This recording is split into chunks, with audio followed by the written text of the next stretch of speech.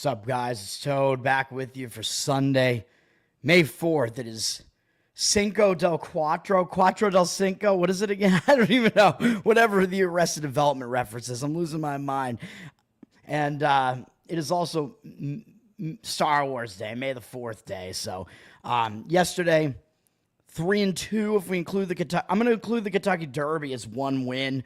Yesterday, because that's really essentially what I won. I'll explain what I did in more detail because I really had to kind of cut it short yesterday with a bunch of HVAC work going on in my house yesterday, so I had to be in the house, had to be available for that, so I had to cut the morning video short there. Baseball yesterday, the Mets got rained out, and I'll talk about that more in a minute because unfortunately we don't get the same pitching matchup today with the doubleheader. The pitchers get split up into the two separate games, so that was a no play. We had the Tampa-New York over did not get there in the Yankees game yesterday. Not even close, really. So that was the one big loss. Miami Marlins got there, but they were down 6-4 in the ninth inning. We had a bad start out of Max Meyer, man. 2 starts in a row. He's letting me down.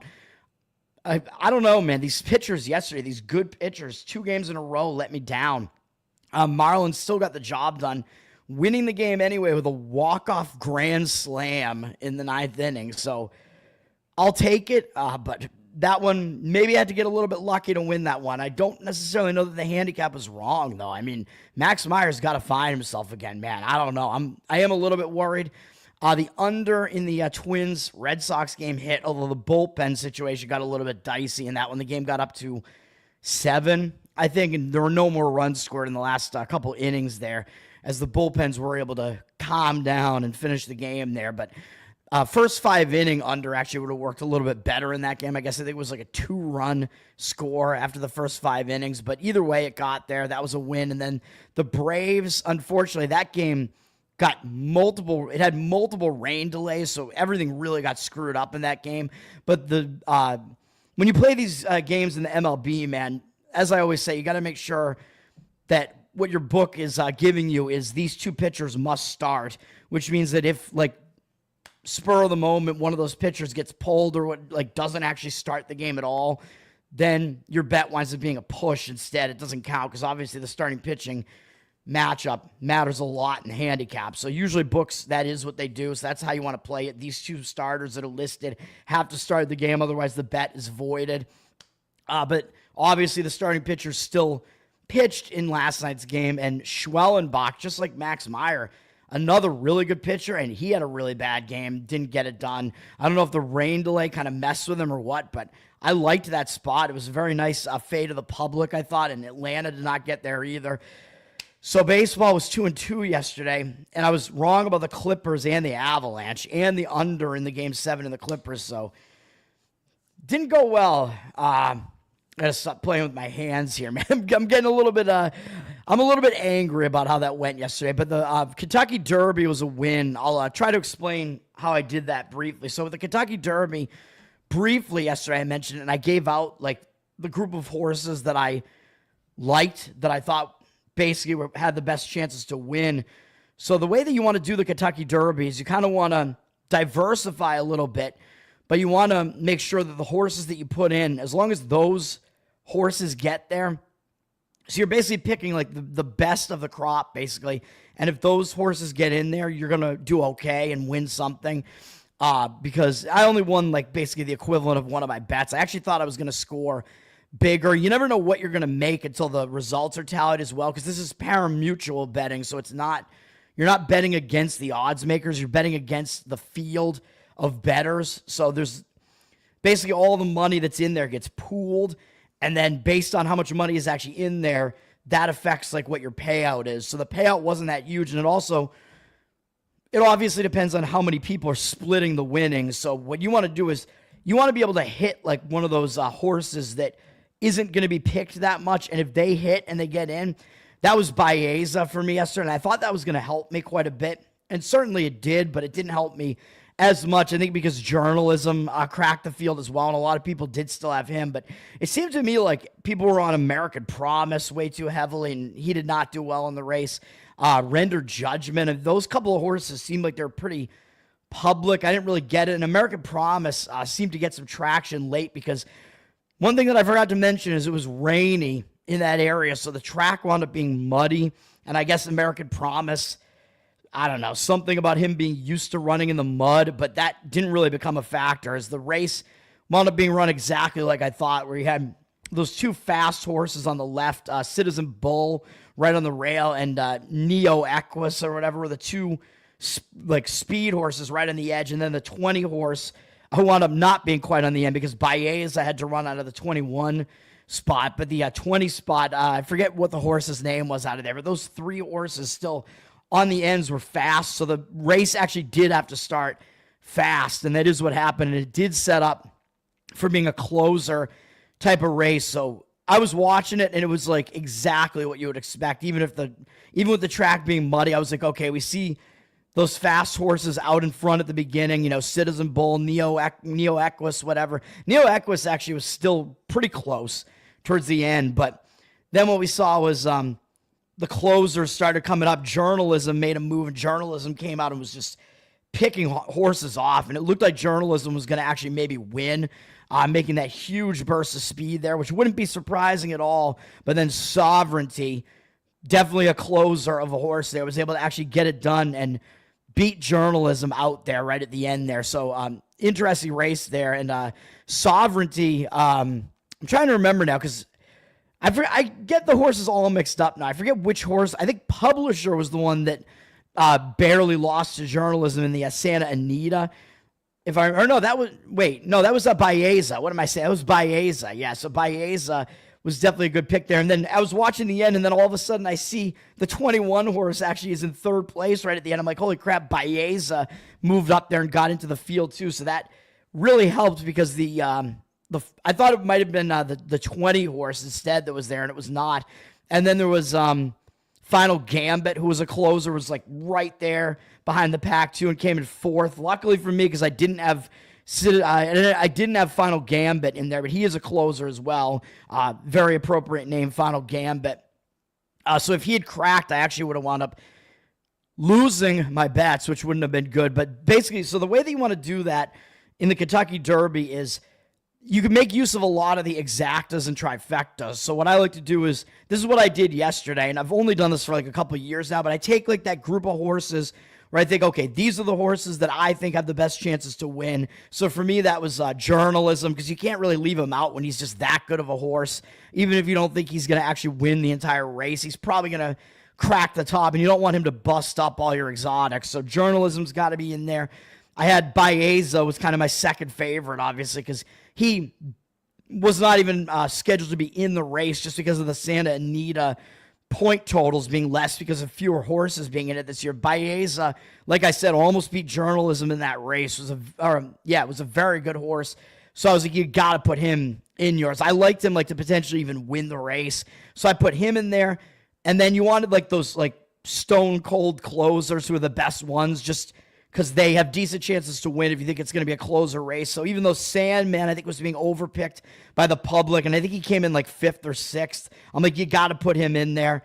Just even though he's probably, his odds aren't that great, but the odds don't matter as much with this parimutuel system, right? You're just trying to make sure that you get these horses in the grouping there in the field. So didn't want Sandman to bust it up. So I had to put him in there. And then obviously I put Sovereignty in there, and he wound up winning the entire race. Another very good closer with slightly less odds than Sandman, but I thought Sovereignty probably had a better chance to win than Sandman, just because Sandman I thought was being overpicked. A lot of people liking the name, named after Enter Sandman, which is ridiculous because I think a lot of the horses just get named after who their parents are, and they have a lot of pedigree there. But Sandman, it's no, Enter Sandman by Metallica.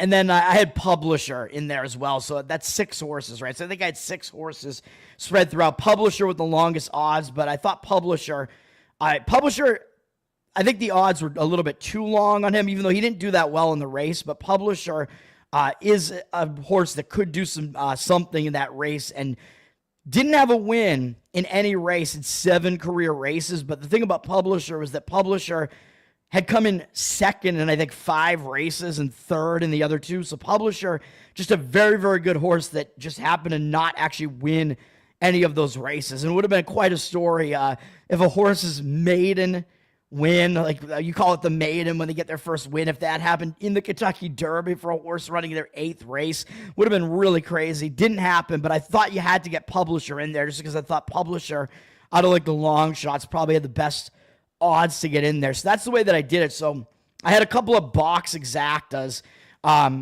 involving all those horses, like one involving all 6 and one involving actually just the ones that wound up in the top 3. So that helped me. So I liked Journalism and Baeza. Those are kind of my top 2. And then because I thought Sovereignty was the better closer, I actually put him in there in the top 3 as well. So in the box exacta and box trifecta. So they only did it with exactas yesterday.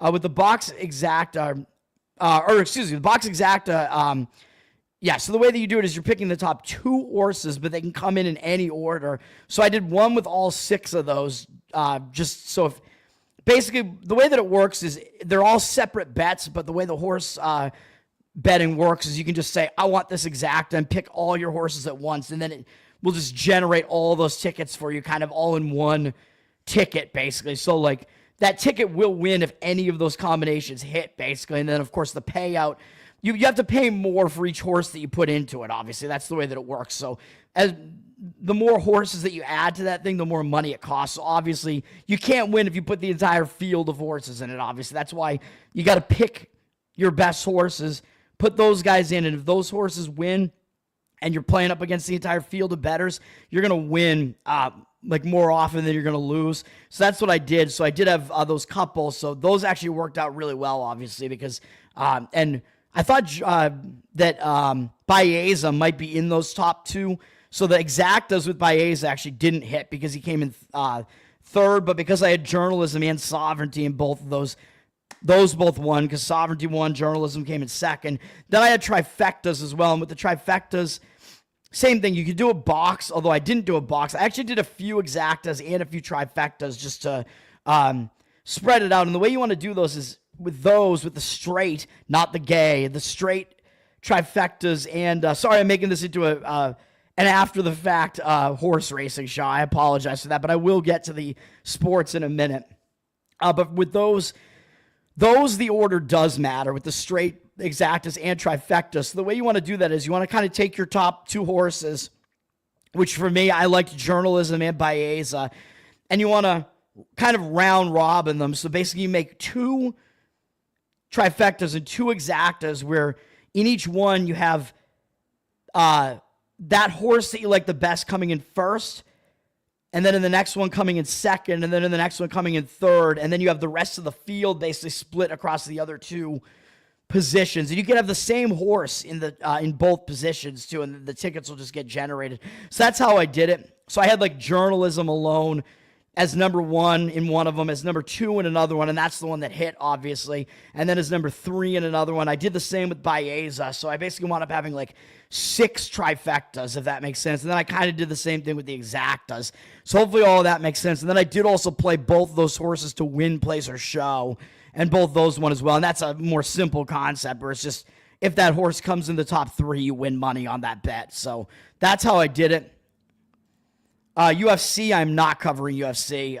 That was last night, right? There was an upset Bo Nickel. I should pay more attention to it because I know there is money to be made there. And I do, like, I listen to some guys talk about it sometimes, and I'm like, oh yeah, what they're saying makes sense with their handicap there. So I should, maybe I could, but I don't know. I focus on other sports. Horse racing, I don't even do at all, really, outside of the Kentucky Derby. I know it's kind of a square thing to do, a Burnham Square thing to do. Burnham Square was the other, I forgot, did I mention him? He was the other horse that I had in my exotics there because I thought he had a good chance to win as well because he came in 2nd in the Florida Derby, and Tappan Street was scratched from the whole race, so he had won the Florida Derby. Horses that do well in the Florida Derby usually do well, and I think Burnham Square was kind of in the mix yesterday. I think he was somewhere in like the top 10. So I did have him in there because I thought he might be able to crack it as well. And Burnham Square was the horse that was being ridden by Hernandez, who was the jockey on the winning horse last year. So you had jockey experience there. Let's get into today's slate, man. Enough of all that. But yeah, I mean, maybe I should, like I said, maybe I should look at UFC Because, I mean, there's value to be made. I'm considering doing WNBA this year, by the way, because a lot of the same basketball handicaps apply to WNBA. There might be some money to be made there just on the situations, which starts in a couple weeks. Don't know if I'm going to do it, but possibly.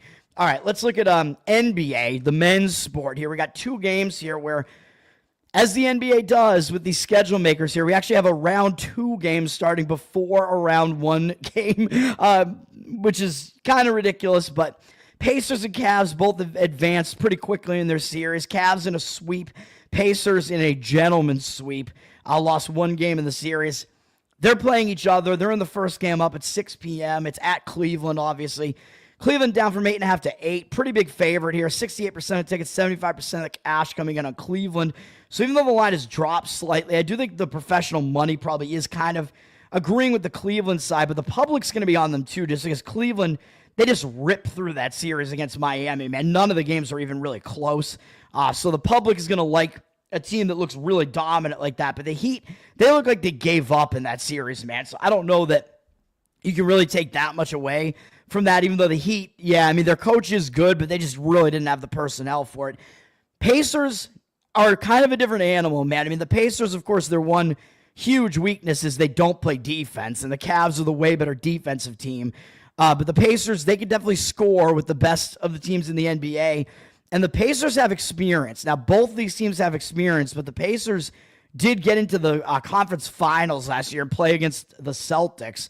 So the Pacers, this is an experienced team, man. So I wouldn't really necessarily count them out here. I think they could at least make some noise a little bit in this series, even though obviously I don't think they're going to win the series. Don't think they're going to win game 1.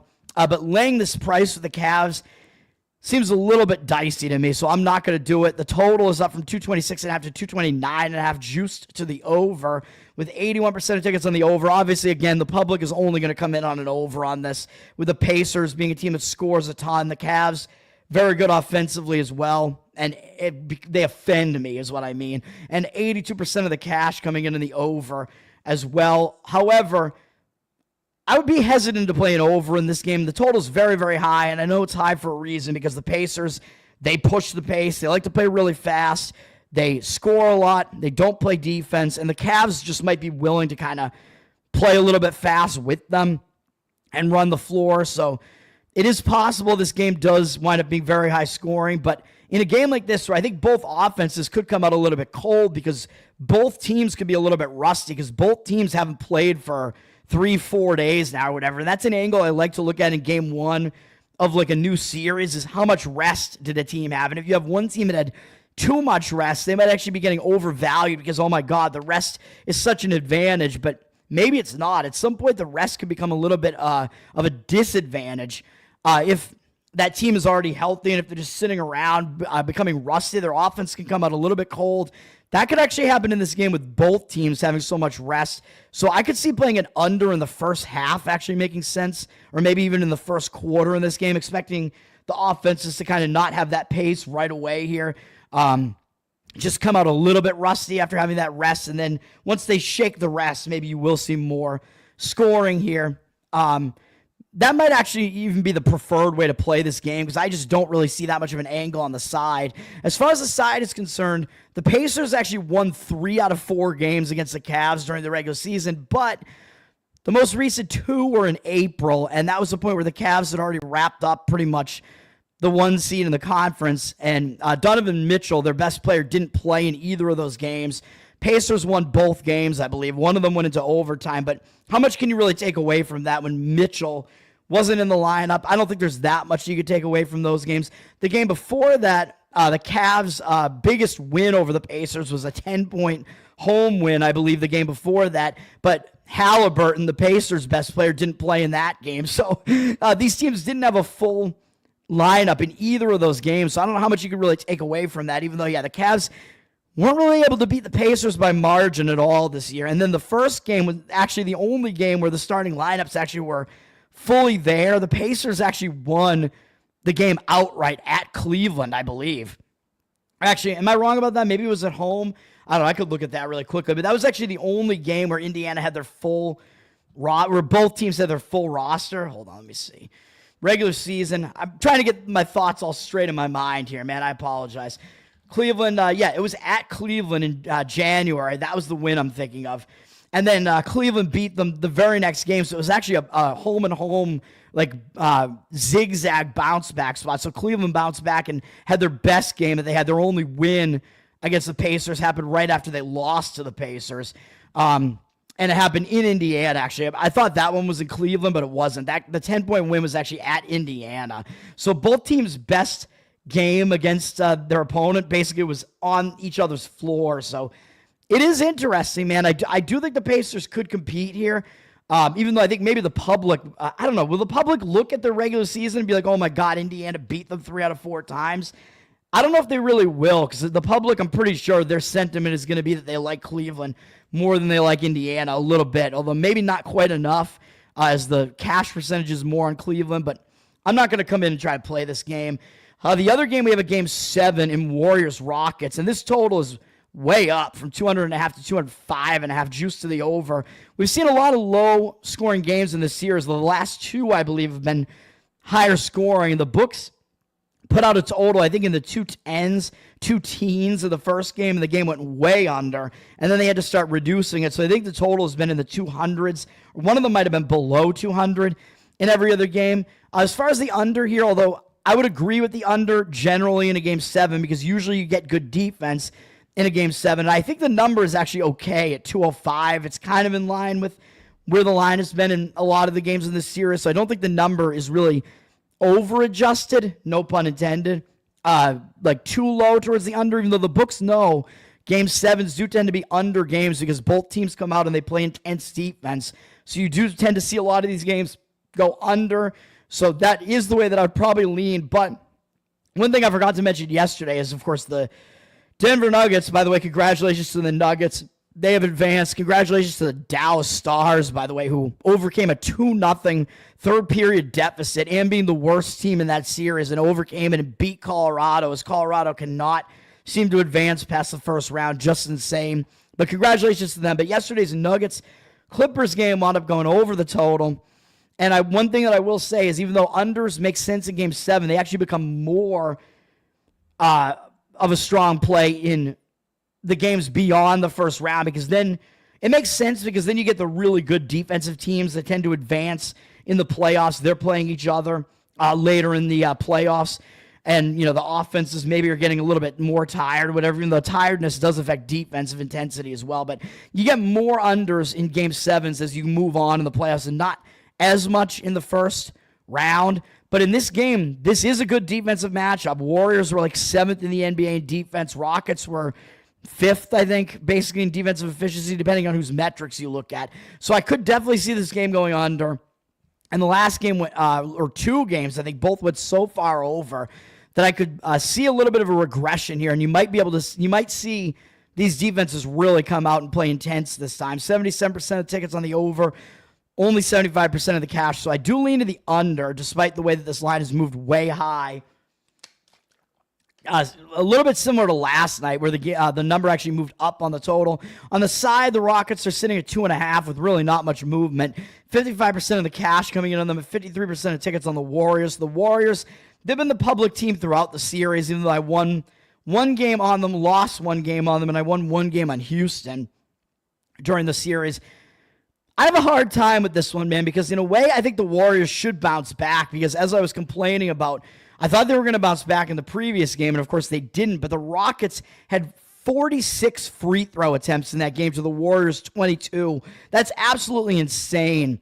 The Rockets had 46 free throw attempts to the Warriors 22. If you have that much of a free throw discrepancy, a team has more than twice the amount of free throws than you, 24 more free throw attempts, and the Rockets also made 15 more of their free throws than the Warriors did, because they didn't actually shoot that well from the line, but they had so many opportunities that they outscored the Warriors by so much just from the free throw line that if you took that free throw disparity away, the Warriors would have won and covered. So that is insane. I don't think you're going to see that much of a free throw discrepancy this time.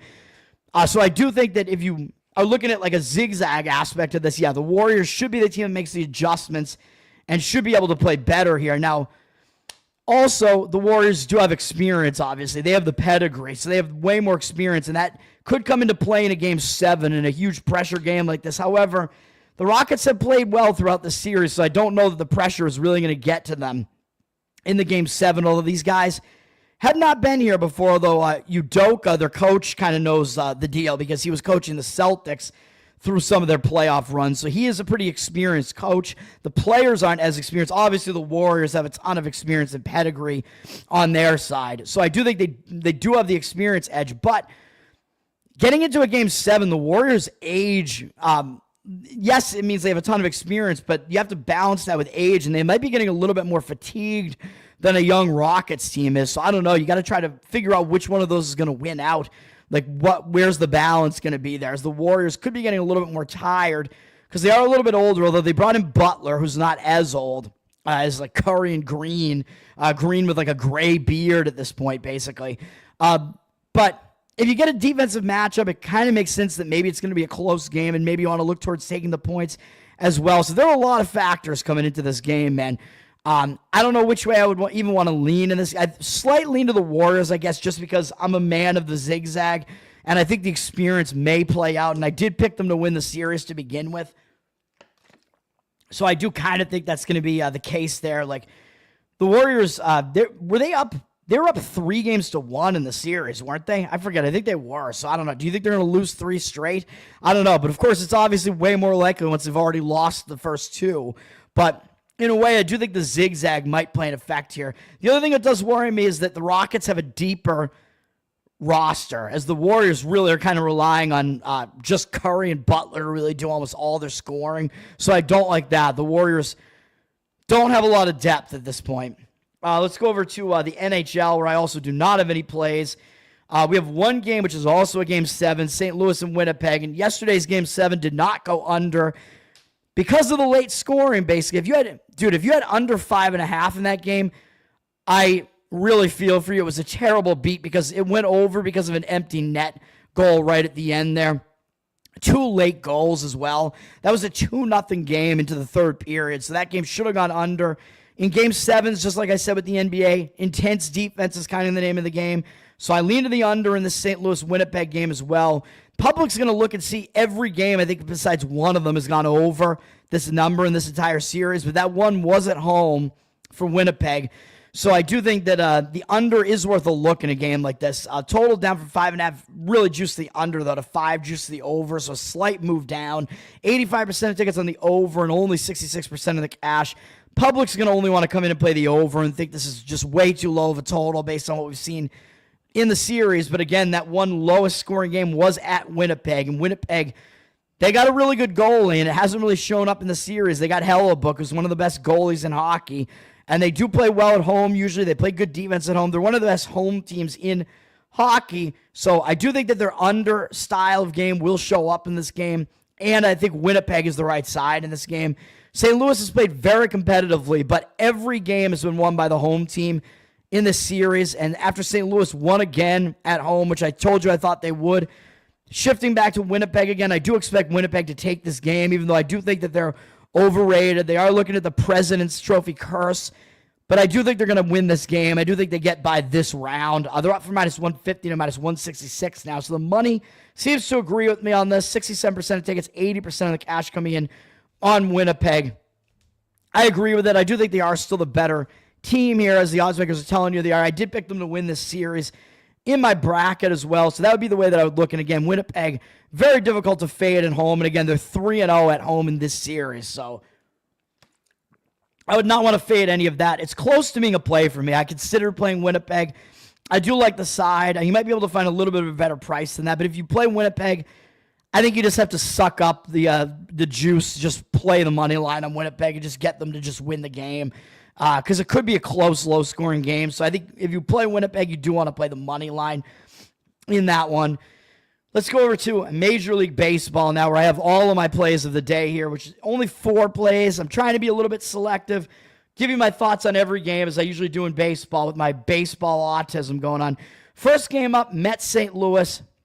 As we have a doubleheader now, as they didn't play yesterday, so it doesn't mean we have rested bullpens. Eric Fetty, I handicapped him yesterday because he was going to pitch in the game yesterday, And I was going to fade him. I had a play on the Mets yesterday, which wound up not happening, so the bet got voided. Eric Fetty has terrible numbers against the Mets. So he's a guy you want to fade. So another way to look at this game, by the way, if you don't want to play the Mets side anymore, is to play the Mets over their team total, because I do expect them to score against Fetty, who's really struggling this year. 4.68 ERA, 1.35 whip. He has more walks than strikeouts against the Mets in his history. 14 walks, 13 strikeouts, 112 at bats. Huge sample size we're working with here. 330 batting average and 897 OPS allowed. None of that is good, and this year he has almost as many walks as strikeouts as well. 16 walks to 17 strikeouts. He's allowing not that many hits, but he got bombed in his most recent game. His trajectory doesn't look good to me. Doesn't do well against the Mets, so why do I not want to play the Mets? And it's going to seem even more like this would be a toad play on the Mets here, because Blade Tidwell is starting for the Mets, and they've brought him up to pitch in the doubleheader, and he's a prospect of theirs. They're bringing him up from AAA. So it's like, why do I not want to play on this guy? Because you get a young guy making his major league debut, and a lot of times I will play on a guy like that because the opposing lineup has never seen him before, so they don't know what to expect. My problem with Tidwell is his numbers in AAA are kind of concerning. He's got ERAs in like the 4s and 5s in AAA, and his walk number is just way too high. Like, he has good stuff. He can throw in the mid-90s. He's got a moving fastball, like a two-seamer as well. He's got a slider that's his like next best pitch that has a lot of movement on it, and then kind of a developing like change-up and curveball to try to like bolster his arsenal a little bit there. So I think he's kind of a work in progress a little bit. I worry about his walk numbers and his numbers at AAA in general more than I have with some of these other guys that have come up recently. So I worry about that. So I would stay away from that. The Mets down from -130 to -118, but they do have 76% of tickets. Of course, the Mets are going to be public with the way they've been playing. The public loves these teams that can hit and that can win. 84% of the cash coming in. So the public doesn't even care that they don't know who Tidwell is. 84% of the cash coming into them. So they do have more of the cash percentage. I would still lean to the Mets in the game, but I do think the better way to play it is to take Tidwell out of the equation because he's such a question mark. Look to Eric Fetty. Look for him to get bombed in the game and take the Mets over the team total. It's not a play for me, but that's the way I lean in the game. And, of course, the Mets, they do have a good bullpen as well. So I think they have the bullpen edge and the offensive edge as well. Let's go to the second game just to get it out of the way here. Tyler McGill, who was going to pitch yesterday, which I handicapped. I like his numbers against St. Louis, so that was another part of the handicap. I thought it was a big pitching mismatch, even though I don't think he's going to continue to have a 1.74 ERA, but his 1.13 whip is definitely good. He's pitching well this season. A lot of strikeouts, way more than one per inning, way fewer than one hit allowed per inning. Kind of a high walk number is kind of his drawback, is that he walks too many guys. 31 strikeouts, 12 walks. 39 strikeouts, 12 walks. Against St. Louis, though, in a short 18 at-bat sample size, he's held to a 167 average, 599 OPS. So McGill does, in a small sample size at least, have the upper hand against St. Louis's hitters, but he's having to go up against Andre Palante now, who I don't think is that bad, even though his 1.29 whip isn't great. He's a guy who comes out and at the very least he's limited the damage. He hasn't allowed more than 4 earned runs in any start. He's got at least 6 innings in his 3 of his last 4 starts. He's not that bad, and his numbers against the Mets aren't horrible. In 69 at-bats, 8-7 strikeout walk ratio is not great, but 261 average and 677 OPS allowed. Not horrible. So depending on what happens in the first game, by the way, like if you see that that those teams don't use much of their bullpens in the first game or whatever, which may not be the case with Tidwell out there, but I don't know. And with Fetty out there, I mean, what am I saying? Fetty might be out of there early. But if the bullpens don't get huge usage, and you see like maybe some of the hitters are getting rested in game 2 or whatever, I could see maybe leaning to an under in this one. And the money is kind of coming in that way on the night game, the evening game in the Mets St. Louis. It's down from 8.5 juice to the under to 7.5 juice to the over. Slight tick down. We're at 53% of tickets on the over, but 97% of the cash on the under. So I could see leaning to the under in that second game. Kansas City, Baltimore, you got Lorenzen against Gibson. I don't trust either of these pitchers very much. Lorenzen, 3.48 ERA is good, but his 1.37 whip is telling you he's putting way too many men on base, and he's getting away with it to some extent, which I don't like. His numbers against Baltimore are actually kind of the same way, as he hasn't allowed that many hits, 259 batting average and 27 at bats, but more walks and strikeouts, 4 walks, 3 strikeouts, and 1 home run means he's allowed an 836 OPS to Baltimore. So his numbers are a little bit questionable against Baltimore. Kyle Gibson for Baltimore, I mean, his numbers are atrocious. A 22 ERA and 3.55 whip. That's because he only made 1 start, and it was against the Yankees. So do we give him a pass for that? Maybe a little bit. He's not good. I mean, he's not as bad as one game where you give up 5 home runs and 11 hits and 9 earned runs and 2 walks and only 2 strikeouts and 3 2/3. Obviously, he's not going to be as bad as that moving forward, but he's still not a very good pitcher. He's an aging pitcher. He's just in there to kind of fill a spot right now, I think, in Baltimore's rotation. Their starting rotation is really, really bad. I said it was bad last year. It's bad this year, too. I don't trust Gibson very much at all, even though, again, those numbers are just very, very crazy after 1 start. But against the Royals, 126 at-bats, he does have a 27-2 strikeout walk ratio and a 230 average allowed, 687 OPS. So his numbers actually are okay against Kansas City. And Kansas City's offense isn't that good, so maybe Gibson will put in a little bit of a better effort here. And here we see the Baltimore side is up from -118 to -133. So some movement on the Baltimore side. Kansas City a little bit public because Baltimore just has not looked good. Baltimore, they couldn't even win yesterday with Sugano on the mound. Baltimore's offense didn't do anything behind him. Sugano had another okay start, but they just couldn't do anything. They couldn't hit Bubich. So, yeah, Baltimore couldn't do shit. 60% of tickets, 62% of the cash in Kansas City. But to me, I think Kansas City is kind of a public road underdog here, which is not really the way that you want to look. So, as ugly as it seems, I'd probably lean to Baltimore in that game. I think Gibson does actually have the better matchup stats, and he should do a little bit better, but I got to stay away. Minnesota against Boston. This looks like a huge pitching mismatch, which is why the Red Sox are such a huge favorite. I mean, you got Garrett Crochet pitching, even though Minnesota is, of course, familiar with him because he was on the White Sox. He was in their division. But he's pitching like an ace, as expected. 50 strikeouts in 44 innings, only 28 hits allowed is insane. He's been almost unhittable. 18 walks. He's been a little bit wild. But other than that, he's pitched very well. 1.05 whip, 2.05 ERA. And even though Minnesota's seen him in 30 at-bats, they haven't done well against him either. The mark of an ace, 200 batting average against, 573 OPS. Not looking to fade Crochet here. Chris Paddock, on the other hand, bad numbers for Minnesota. 5.6 ERA, 1.5 whip. All those numbers are awful. They've lost every single one of his starts. They're 0-6 in his starts. Really, really bad. Some of them weren't his fault, though. I mean, after he gave up 9 runs in the opening game, he hasn't allowed more than 3 earned runs in any start. He has gone 5 innings in every start since then. So he has been basically serviceable and keeping them in games. And, of course, the offense has really struggled behind him, which is probably going to happen again. So maybe he's not as bad as his numbers look. And against the Red Sox, his numbers are actually okay in 28 at-bats, 250 average allowed, 657 OPS. So I'm staying away from this game. Red Sox, I think, are too highly priced.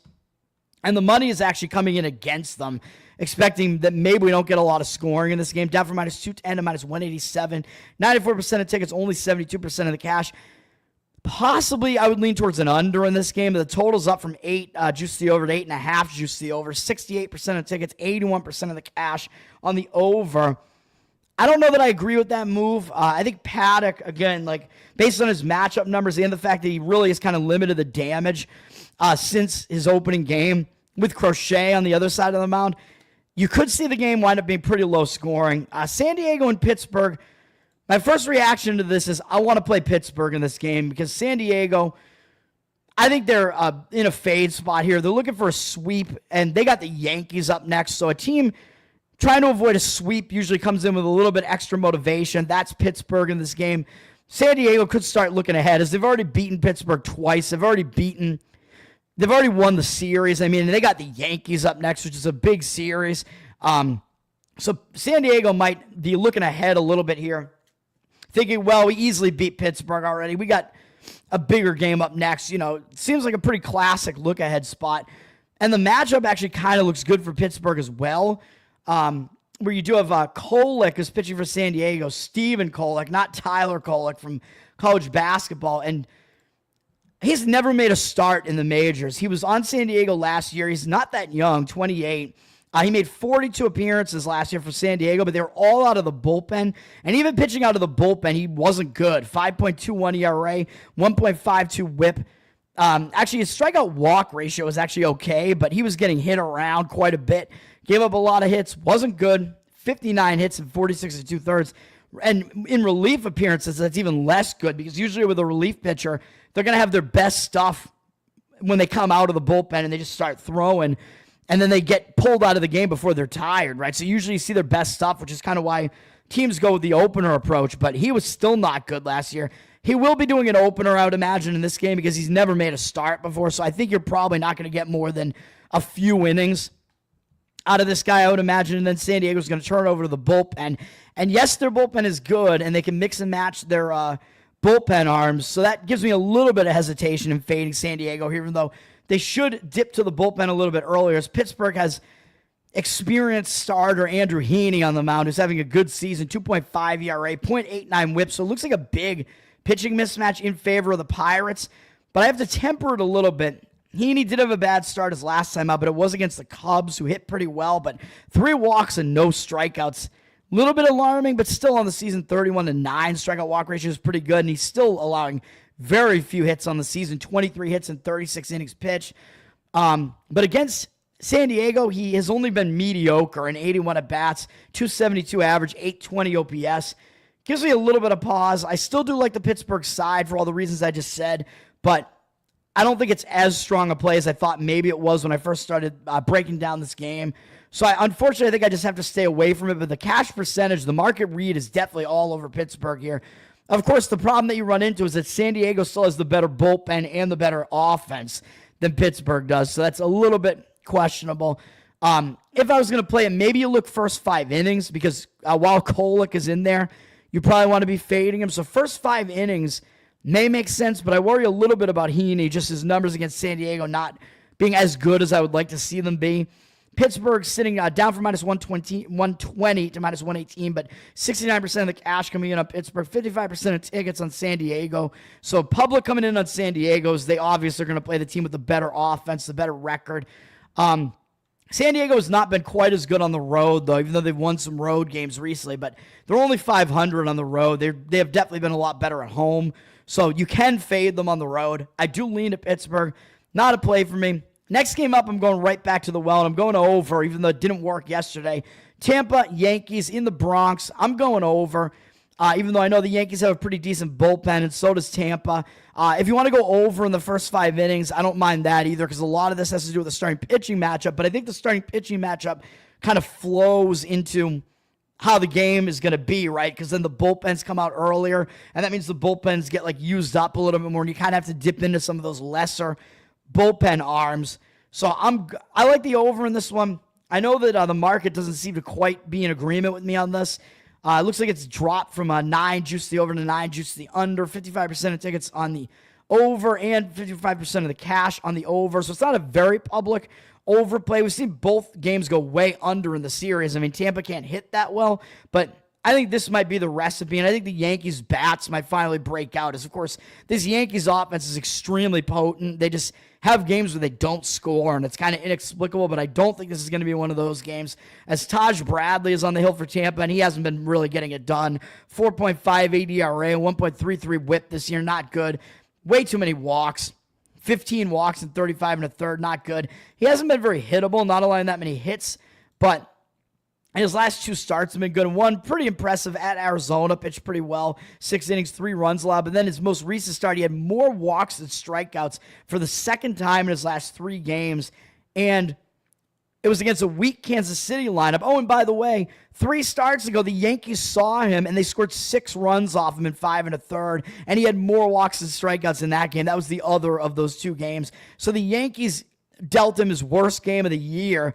And I think that's a matchup thing more than anything else. I don't think he's going to bounce back from that. I think all it means is the Yankees hit him well. And this was in Tampa as well. The Yankees hit him well, and although it was at George Steinbrenner Stadium where the Yankees are used to hitting, but of course they used to hitting in the Bronx too. But I think it does mean the Yankees just hit him well. And the fact that they just saw him, I think, is going to help them a little bit, which is the case with both pitchers. Both pitchers were just seen by the opposing lineups. So I think that helps the hitters as well. When you have that short time window between the offense seeing that guy the last time, they already know what he throws, and they're already very used to him and just saw him. So they're going to be used to hitting him and ready to hit him again. So I think that's all good. And then overall, of course, his numbers are not good against the Yankees in 40 at-bats. I mean, they're not terrible, but a 275 average, 770 OPS. The OPS is definitely a bit high, so I don't like it for Bradley, and I don't like the Will Warren side of things either for the Yankees. He has not panned out so far. 5.63 ERA, 1.42 whip. None of that is good. 26-12 strikeout walk ratio is not good. Just way too many walks. Fewer than one hit per inning, but still we're looking at similar numbers to Taj Bradley, except with Will Warren, he's only gone 5 innings once in his last 3 starts, and one of those games where he didn't was against Tampa, where he got pulled after 1 2/3, and I think he just wasn't getting it done. Didn't have a good start in that one. He's not going that deep into many of these games. He hasn't gone more than 5 innings in any start, and he's gone fewer than 5.5 of his starts. So we might see him out of there early and have to give way to the bullpens, even though, yes, the Yankees bullpen is good. But against Tampa, Warren, not good, although 5 at-bats, although more at-bats than that because of the walks. But Yankees are 2 for 5 off him with 2 walks, only 1 strikeout. Very small sample size, I know, but 400 average, 971 OPS. So I don't like Will Warren's chances here. And again, Tampa's lineup just saw him. So those are Warren's numbers against Tampa. Not great. We'll go over the total in that one and expect finally an offensive breakout in that game. Cleveland and Toronto. Tanner Bibby against Bowden Francis in this game. It looks like Toronto is kind of the anti-public home favorite here. I considered playing Toronto. I'm wondering if maybe I don't know. I have some hesitations with it. I like the Toronto side in this game, though. Toronto up from -108 to -116. 66% of tickets, only 55% of the cash on a public underdog Cleveland team. Public road underdogs, you do not want to be on public road underdogs, man. Home anti-public favorites are actually some of the best ways to look, because a lot of times it means you're basically getting like the better team in a better spot here, and the public doesn't even want them. Cleveland won yesterday 5-3, but they did it with a 2-out grand slam to win it in the 9th inning. They were going to lose that game, and now they'd be facing a sweep here. And yes, they have Bibby on the mound here, who was their best starter, or Bibby. I keep calling him Bibby. Bibby just doesn't sound right, man. We're imbibing as well. Bibby, 4.36 ERA. He has not been good this year, even though he is Cleveland's ace. I do expect him to get better, but 1.3 whip, 4.36 ERA, those are not good numbers. Yes, he is starting to pitch better. The last 2 starts, one against the Yankees, fairly impressive. 13 innings across those 2 starts, only allowed 3 earned runs, 10-3 strikeout walk ratio. So he is starting to improve. But on the season, it's still way too many walks. 25-14 strikeout walk ratio. That's ugly. 9 home runs allowed is really, really ugly as well. So even though he's allowed fewer hits than innings pitched, he has been walking guys. He's been giving up the long ball. Not great. And Toronto in 25 at-bats has hit him okay with a 280 average and 840 OPS. And Vlad Guerrero Jr., if you want to look for player props, 3 for 6 with a home run off him. So Toronto has actually hit him decently. That 840 OPS is it's a bit high. It's kind of glaring. And then Bowden Francis, on the other hand, I think is better than his numbers would indicate. 5.28 ERA, 1.34 whip. But you remember, he was really, really good down the stretch at the end of last year. This year, yeah, he's allowed way too many home runs, and that's been his undoing. 11 home runs is insane. He cannot keep allowing that many home runs. But he's coming off his worst start of the season, where he allowed 5 of those home runs against the Red Sox, although he was good against the Red Sox historically coming into that game, so I was kind of surprised by that. The Red Sox completely bombed them. But if you take that game out, he hasn't allowed more than 3 earned runs in any start this season. He's gone at least 5 1/3 in every start except his last 2. But it does mean he's trending in the wrong direction with his last 2 starts not being good. So that's what gives me hesitation on Bowden Francis here, is that he seems to be kind of regressing a bit here, even though he was one of the best pitchers in baseball late last year. 23-9 strikeout walk ratio is still good in 30 2/3 innings. 32 hits allowed, a few too many hits, a few too few strikeouts. But against Cleveland, he does have good numbers. In 17 at-bats, 5.0 strikeout walk ratio, 176 average, 412 OPS. So he may bounce back. He does have good numbers against Cleveland. I lean to Toronto. I do like the side, but I just think that Francis, the way that he's tracking right now is just, it's a little bit iffy, man. I mean, do I want to throw in a late play here? A lot of times I get caught throwing in these late plays here. I do like the starting pitching matchup in this one. And Cleveland is now, of course, without Jose Ramirez, who's one of their best offensive players. He got hurt, similar to Casas for Boston, which is a very bad situation, who ruptured his patellar tendon stepping on first base wrong, and he might be out for a long time, which is really bad for the Red Sox. Ramirez injured his leg running onto first base as well, so these bases are dangerous, man. Maybe they should make the bases more like home plate or something, and I don't know, man. I don't know what to do. They're high off the ground, although they are that way for a reason, but hitters they're just, like stepping onto the base wrong and getting injured. So that kind of detracts from Cleveland's offense a little bit. Ooh. Do I want to do it? I mean, I like my guy, Bowden. Oh, man, this is so tough. Yeah, you know what? Fuck it. I'm going to throw in another play here. I'm an idiot. I'm a glutton for punishment.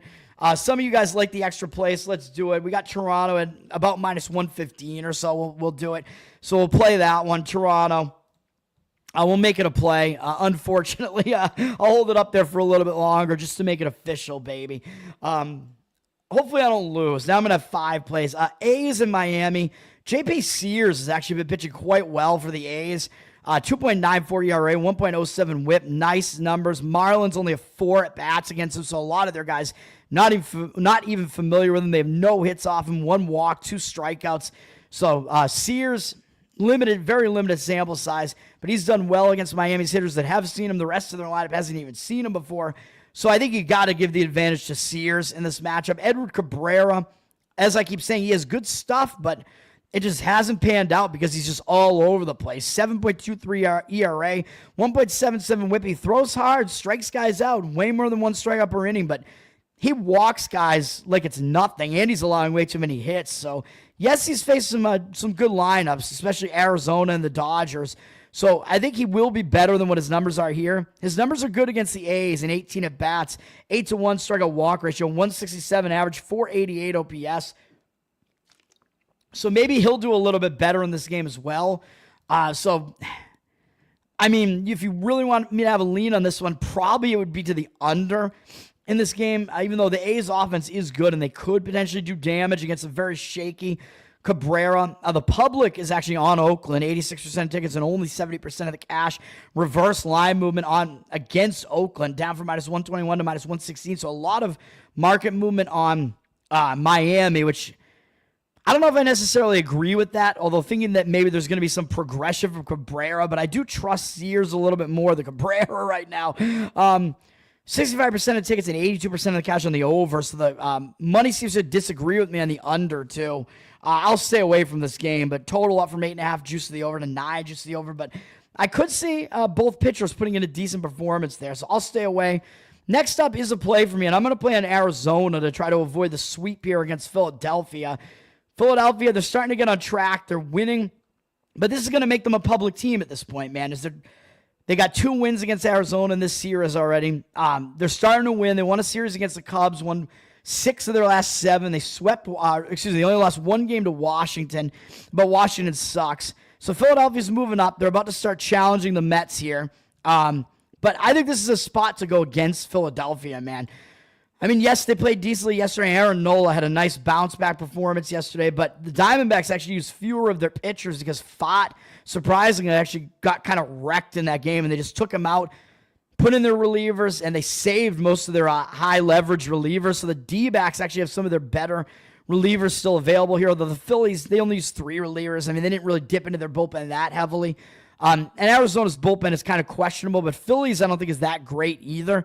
So I think it's a little bit of a wash with Arizona's bullpen being a little bit more rested. And then we got Eduardo Rodriguez. I know I played on him the last time he pitched, I think, and I got hammered. He didn't do well. He's got a 6.06 ERA, 1.44 whip, but I think he's going to start doing better than this, man. His career numbers would tell you that he should, even though in Arizona, now, here's where we get to one of the main components of this play here. He didn't do well for Arizona last year, right? 5.04 ERA, 1.5 whip in 10 starts. So he played basically only a third of a season, but his career numbers are definitely better than that. So I do expect that he's going to start pitching a little bit better. But I think one of the reasons why he didn't do well is that Arizona is a hitter-friendly park, and I think he just doesn't pitch well there. And if we look at his splits, if we look at this year's splits, he's actually been, let me see. Or actually, let me look at last year's splits because we get the better sample size. That is what happened last year.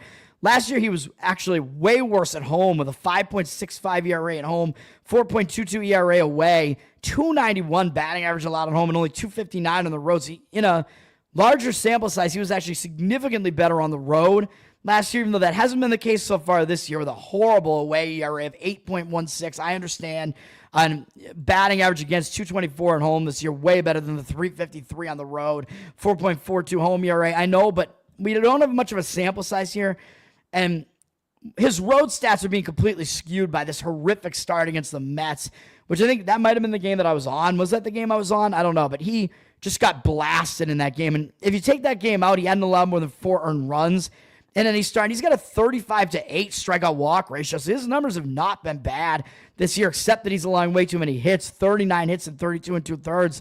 His strikeout number is good. His walk number is good. So I think he's going to bounce back a little bit from that really, really bad start at the Mets, which is kind of skewing his road results. Although I know he had a bad performance at Washington as well in one of his other road starts. But even so, I think he's going to bounce back here. And then Philly, he actually matches up well against Philly in his career. 58 at-bats, 21-4 strikeout walk ratio against their hitters, 224 average, and only a slightly high 705 OPS. So I actually like his side of things here. Philadelphia's got Ranger Suarez coming back, and I know I usually say that when a guy comes back from a long injury absence or whatever, he hasn't pitched yet this year. He got hurt, I think, last year and hasn't been back since. A veteran guy does like to come out with some fire and pitch really well, and they do get motivated to pitch really well, but I'm going to fade that sentiment because I was the one saying he's not as good as he looks. Last year, he had a 3.46 ERA, 1.2 whip. Had a good season overall for sure, but he started regressing, and as you can see over his career, I mean, his numbers the previous year weren't as good, although over his career, his numbers are decent, but still worse than what he was there. His whip is just too high over his career, man, 1.28, indicating that his 3.42 ERA should be higher. And last year was really his best full season as a starter. So looking at his full seasons as a starter, his whip has just been too high in every one of those starts, except for really last year. So I still don't really trust Suarez. And against the D-backs in 85 at-bats, he has not done that well. 7 walks is quite a few walks. 21 strikeouts is good, but 7 walks, 306 batting average, and 759 OPS. So his numbers are a bit high, so the D-backs hit him pretty well. I'm going to grab the D-backs here to be a little bit more motivated, avoid the sweep, and I think you're getting value because people know Suarez from last year, know he pitched quite well. Actually, should I play this? I haven't actually played it yet. Should I scratch this one? Suarez is up from minus 136 to minus 154 now, 62% of tickets, 70% of the cash. This is the beauty of this, man, because I haven't actually played this one yet. You can get a better number on Arizona, but the money is really, really pouring in on Philadelphia now. And like I said, a starting pitcher does tend to be a little bit more motivated when they're coming back from injury. You know what? Let's scratch it. We're not going to play Arizona. We're going to swap Arizona for Toronto and hope I don't get totally pissed by that. I haven't played either one of those yet, but hopefully that late swap doesn't matter. So I'm not going to play Arizona, so scratch that. My late market read here coming into play here. This is how I do it, man. You got to read the market. A lot of times when I do this show, I'll see the market read come in and change later, and I'll be like, oh, fuck. Come on, man. But in this one, we'll stay off it. I still lean to the Arizona side. That is still a lean for sure. I'm not going to just completely change my opinion on it, but the market read is heavily on the other side, so I'll stay away. We'll just scratch that. And, of course, now that I say that, Arizona's going to win and Toronto's going to lose, right? It's the way it works. Cubs at Milwaukee. I know this is a divisional series, but Milwaukee might be a little bit more motivated to try to avoid the sweep here. And the Cubs do have the Giants up next, which is a much bigger series in a way. I know Milwaukee is a divisional foe. They were in the playoffs last year, but the Cubs, having beaten them twice already by a combined score of 16-2 in the series, they might just overlook Milwaukee this time, man, and be looking ahead to San Francisco. So the spot looks like a good spot to maybe look Milwaukee's way. But do I want to fade Shota Imanaga? Not really. I'm not like jumping out of my seat to fade this guy. He's been so good. 2.77 ERA, 1.13 whip.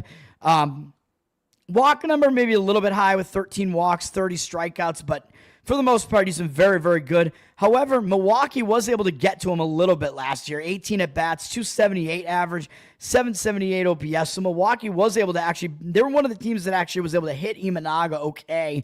So that is another kind of element in favor of Milwaukee in this game. But because Imanaga is so good, not totally jumping out of my seat to fade him, although Freddie Peralta is really the Brewers' only good starter right now, the only proven starter.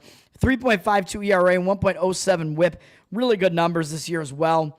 41 to 14 strikeout walk ratio and only 28 hits allowed in 39 to third. He's definitely dealing it.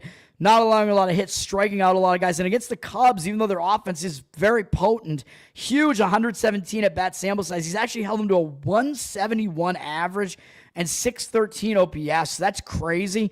So I actually think I would give the edge to Freddie Peralta in the starting pitching matchup, as crazy as that sounds. However, you get into the bullpens. The Cubs' bullpen isn't good, but Milwaukee's bullpen is really, really bad. So I wouldn't really want anything to do with Milwaukee's bullpen. And I think they've been used throughout the series too, so I really don't want to use a bad bullpen that's also tired. Hitting-wise, Cubs definitely have a really, really good offense. So Milwaukee does too, though. So I think the Cubs have a slight edge in the bullpen, a slight edge in the hitting. And I actually think Milwaukee has a slight edge in the starting pitching matchup here. So if you do want to look to play this one, even though it is a spot where it looks like the Cubs might be looking ahead, so usually I like full game on a situation like that. I might actually go first 5 innings, Milwaukee money line in this game. You might even get a little bit of a cheaper price on it. I'm not really sure if like Imanaga is going to be weighed more heavily into the price. Money's coming in on the Cubs. I don't really agree with it, but up from minus 106 to minus 117, 61% of tickets and 68% of cash coming in. And then, of course, public's going to want to come in on them, although it looks like some of the professional money is kind of agreeing with it as well. I don't agree with it. It would be Milwaukee or pass for me. Probably, again, first 5 inning probably makes more sense because Freddie Peralta is the much more like trustworthy piece of the Milwaukee handicap here. So that's probably the way that I would look in this game if I was going to play it, which I will not. But it does look like the money is coming in, agreeing with the public. And, of course, public is only going to be on Chicago, man, as they've the White Sox, as they have excuse me, not the White Sox, the Cubs. The White Sox are the next game up. The Cubs, as they've demolished Milwaukee in this series as well. Houston and the White Sox, interesting. Lance McCullers Jr. is making his return from injury, and people have forgotten about him. He hasn't pitched since 2022. I think he's had surgery. He's had a really long layoff, but he had a fairly decent career before that. Before that injury totally derailed him. 1.25 whip on his career is a little bit dicey, but 3.48 ERA is good. The whip isn't that high. He's been pretty much a staple of Houston's rotation, and he's been gone for so long. I think they're going to be really excited to get him back. I think he's going to be really excited to be back, so I think even more than Suarez will be. I think McCullers is going to be really excited to get back in the game here, and I think we're going to get actually a good performance out of him where the public tends to hesitate a little bit on these guys that are coming back from injury and they kind of forget about them. I think they're going to be a little bit shaky, but I think he'll do okay. He's facing a very weak White Sox lineup. 29 at-bats against them in his career, 241 average, 532 OPS. McCullers has done quite well against the White Sox in his career. Bryce Wilson on the other side, I don't think he's a guy you could trust at all. His numbers are pretty bad this year. 5 ERA, 1.78 whip. He's also only an opener, so he'll come in and he'll only give you like a few innings, basically at most, and then he'll be out of there. And then the White Sox bullpen will have to come in. So, I mean, not a good pitching team, the White Sox. So none of the pitchers you're going to see from the White Sox are any good here. So Houston certainly has the edge here, but you are paying a big price for Houston. They're actually down from minus 210 to minus 182, so the money is actually going against Houston here. 92% of tickets, only 81% of cash. I don't want to spend that much money to play Houston, especially when their offense actually isn't that good. But I don't want to come in and try to do it. But it does look like they have a big advantage in this game. They are certainly the better team. There's a reason why they're a heavy favorite. But I think you're paying too much of a tax. Bryce Wilson, by the way, in 34 at-bats against Houston. 353 average allowed, 892 OPS, 6 strikeouts to 4 walks. So his numbers not good in his career against Houston either. So maybe Houston's somewhat weaker offense this year will actually do a little bit better against this White Sox team here. So Houston should win the game, but I just think you're paying way too much of a price. Seattle, Texas, Logan Evans pitching and making his second Major League start ever. 23-year-old, and he actually pitched well in his first start. He went 5 innings. I know it was against a weak Miami team.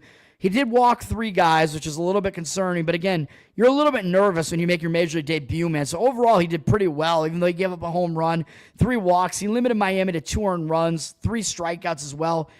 Didn't have a bad performance, so I think he's going to be okay maybe moving forward. And, of course, Texas has had a lineup that has not been doing well this year, and they're facing a pitcher they've never seen before.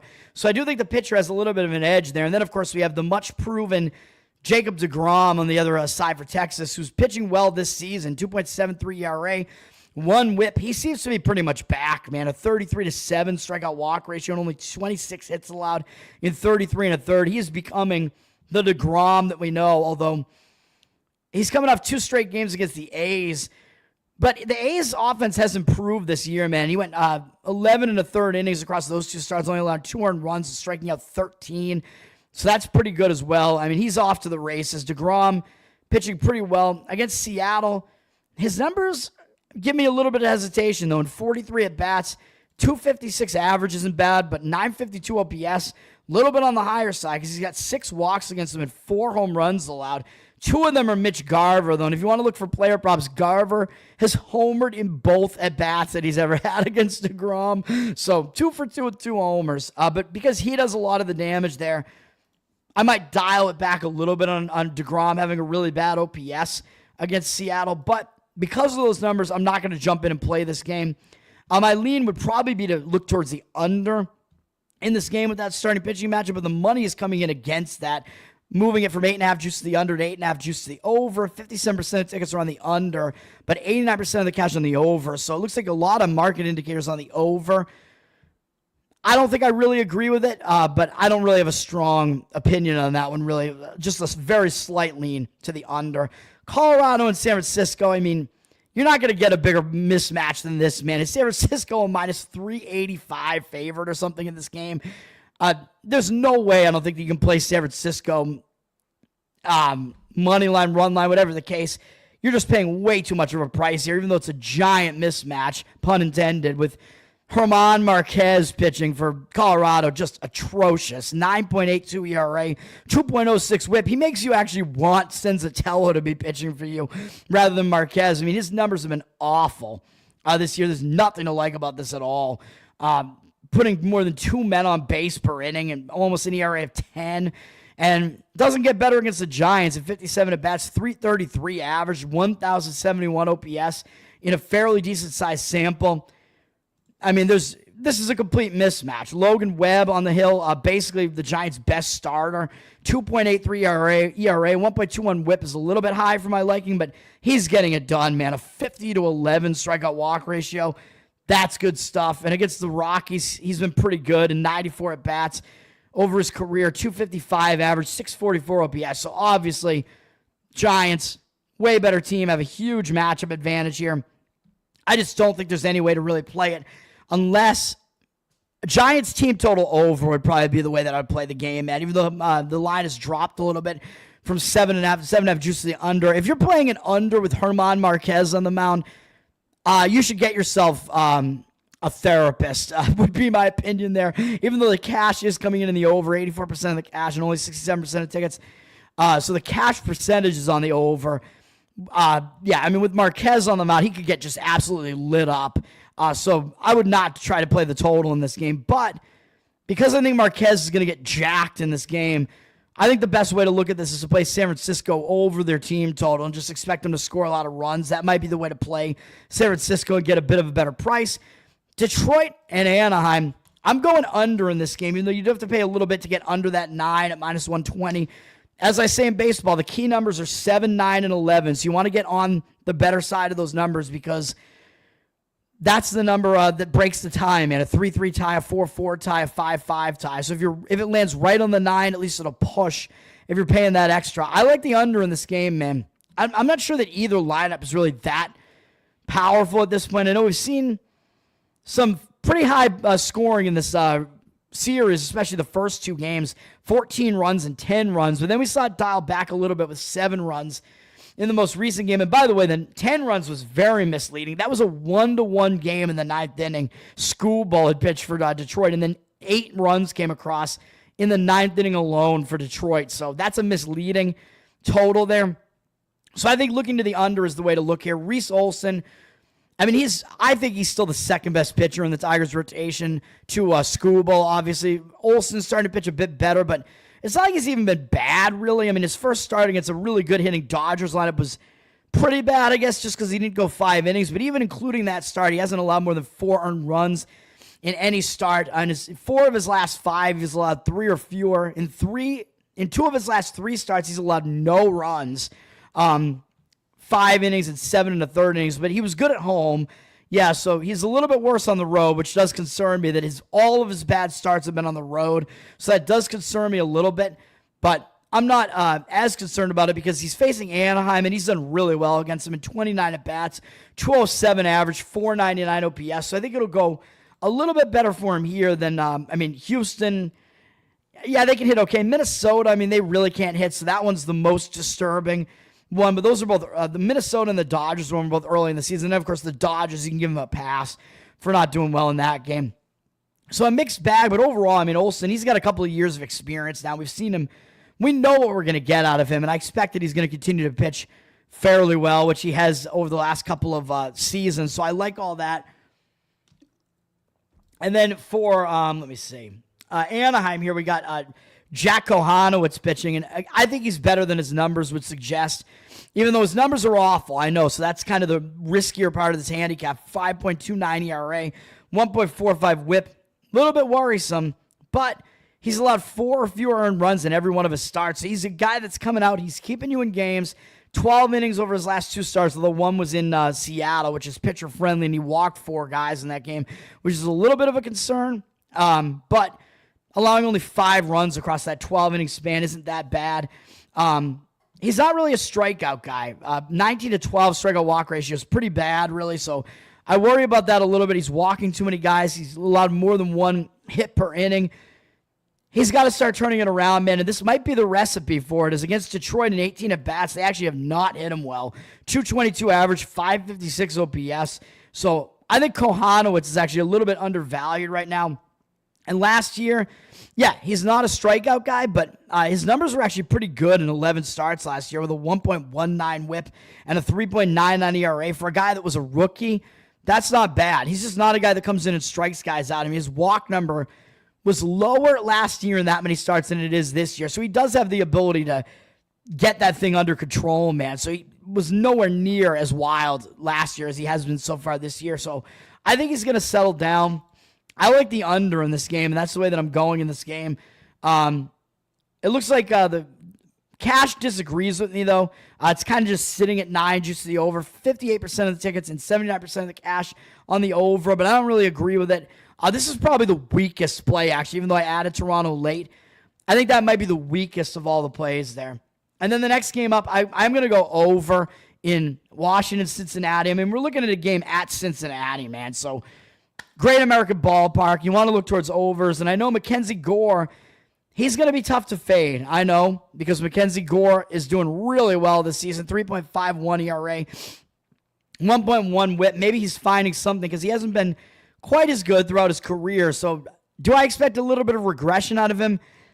Yeah, I think I do, because I think we kind of know what he is at this point, even though he has improved basically year after year, but he's usually a bit wilder than he has been this year. 59 to 9 strikeout walk ratio is insane. 59 strikeouts in 41 innings is absolutely ridiculous, but he has been a little bit worse on the road. So a couple of his worst starts are at Toronto and at Miami, and those teams haven't really hit well. He did well at Coors Field, which is pretty impressive, but he has been better at home this year than on the road. If you look at his numbers, he's got a 2 ERA at home and a 4.7 ERA on the road, 289 opponent batting average on the road, and 161 at home. So he's been significantly better this season at home. So I do think we can kind of fade him a little bit on the road. And if you look at his games that he's pitched, his road starts, he had a road start against Philly too, where he gave up 3 earned runs. Not a bad start, really. But if you look at his road starts, 3 out of the 4 of them have gone way over the total. We had 13-run game, 23-run game at Coors Field, 15-run game against Miami, and then a 6-run game against Toronto. And he actually gave up most of the runs in that game. So somehow the bullpen actually did well. The other part of this handicap is that Washington's bullpen sucks. Washington's bullpen is terrible. So once they come into this game, I think they're going to get hit around a bit as well. And we're looking at Cincinnati, who I don't think their bullpen has anything to write home about either. Mackenzie Gore, by the way, against Cincinnati, has not done well. A small sample size, 14 at bats, but he's allowed a 429 average and 1,071 OPS. So these guys have been able to get to him a bit. Nick Martinez on the other side hasn't been pitching well this season. He's a guy who was in Japan. Now he's come back to pitch in the United States. He's pretty old at this point, in his mid-30s, 4.68 ERA and 1.35 whip. Not getting it done this year, really. Just kind of mediocre numbers. And against Washington, even though their offense isn't that good, he hasn't done well. 22 at-bats, 318 average allowed, 802 OPS. So you got two pitchers that really haven't done well against these opposing lineups. So I'm going to go over the total in this one. Even though we're fading Gore, who's been really, really good this season, we're going over. And I might be fading the market read in this one, too. We see 54% of tickets, 59% of the cash, so maybe not totally. And just a slight drop on the juice on the over there. We can get it over the 8.5 here, below that key number of 9. So that's the way that I like to look in that game. By the way, one other thing I forgot about is that Eduardo Rodriguez, looking at his splits last year, by the way, where he was much better at on the road than at home. He was also better what was I going to say? Because I was looking at one guy, he doesn't have significant significant day-night splits. Was I looking at Suarez? I don't know. What was I looking at? I forget what I was looking at, because I had another guy where I was like, his day-night splits are actually crazy. Yeah, it was Suarez. So Suarez didn't pitch well during the day. 4.96 ERA during the day last year. 3.05 at night. So Suarez, and he was slightly worse at home, too. 260 average at home, 230 average away from home. So he was actually...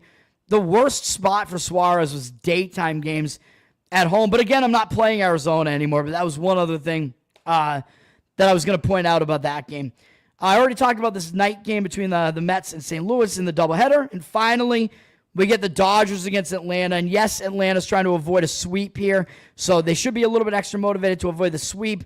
Yes, it's a pretty cheap price on LA, but do you really want to play Atlanta with Bryce Elder on the mound?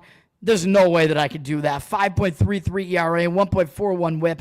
Terrible numbers. Against the Dodgers, in 60 at-bats, 15-9 strikeout walk ratio is bad. 5 home runs allowed, which is spread all across the lineup. Not good. 267 average allowed is okay. 896 OPS. Not good. And there's no way I can come in and play Elder here. And Dustin May for the Dodgers has actually been pitching pretty okay. 1.24 whip. 3.95 ERA, decent numbers, too many walks, not allowing a whole lot of hits, well fewer than 1 hit per inning. He's allowing too many walks. However, Atlanta did see him in his first game of the season early in April. He pitched decently in the game, going 5 innings, only allowing 1 hit and 1 run, 6 strikeouts, 3 walks, so that contributes to his numbers against Atlanta. 29 at-bats, so they've seen him more than just that game. But he's held him to a 138 average in that game and in the other performances against them. 138 average and 562 OPS. So I think this is definitely a pitching mismatch. It's a matchup mismatch here. May with the way better numbers against the Braves than, even though the Braves have seen him once this year, I don't think it matters that much. Way better numbers than Elder has against the Dodgers, even though the Dodgers have also seen Elder, by the way, and he didn't do well. He pitched the next day at the Dodgers and didn't have a good game in that one, which, what do you expect? He sucks. 16-10 strikeout walk ratio. Way too many walks. Nothing to like about him. I could probably only look to play the Dodgers in this game, but they're public and the Braves are trying to avoid a sweep, so I don't quite want to come in here and do it, although the Dodgers... they got a good lineup and a good bullpen as well, so they're well-rounded. 77% of tickets, only 71% of the cash, so the line dropping a little bit from minus 130 to minus 129 on the Dodgers. So we'll see what happens. That's all the handicap. Gave you the extra horse talk at the beginning of the show. let's get something done today, man. Let's win. So we're going against the market reading a couple of these. We got over 9 in Tampa, New York. Can find it at even money. So a decent price there. We got under in Detroit and Anaheim, under 9 at -120. I skipped Toronto, -115 on the money line. And we got Washington, Cincinnati over the total, 8.5. That's going to do it. Those are the plays today. Tower Gang Tone on Twitter, patreon.com/Tower Gang to support the most offensive podcast out there. Get your Bohemian Grove tickets. I don't know how many of them are left at this point. You get to come hang out with us in Florida, in Central Florida. You get live podcasts from Tower Gang, Nephilim Death Squad. I think Cult of Conspiracy might be there as well. I'm not even sure. There'll be a conspiracy day headlined by, I believe, Sam Tripoli. We'll be doing, I think, comedy, but probably conspiracy stuff as well. I don't know if he's doing a tinfoil hat or not, but he will be there as headlining one of the days. Owen Benjamin, I believe, will be headlining the comedy night. And I believe Shane Cashman is going to be there as well.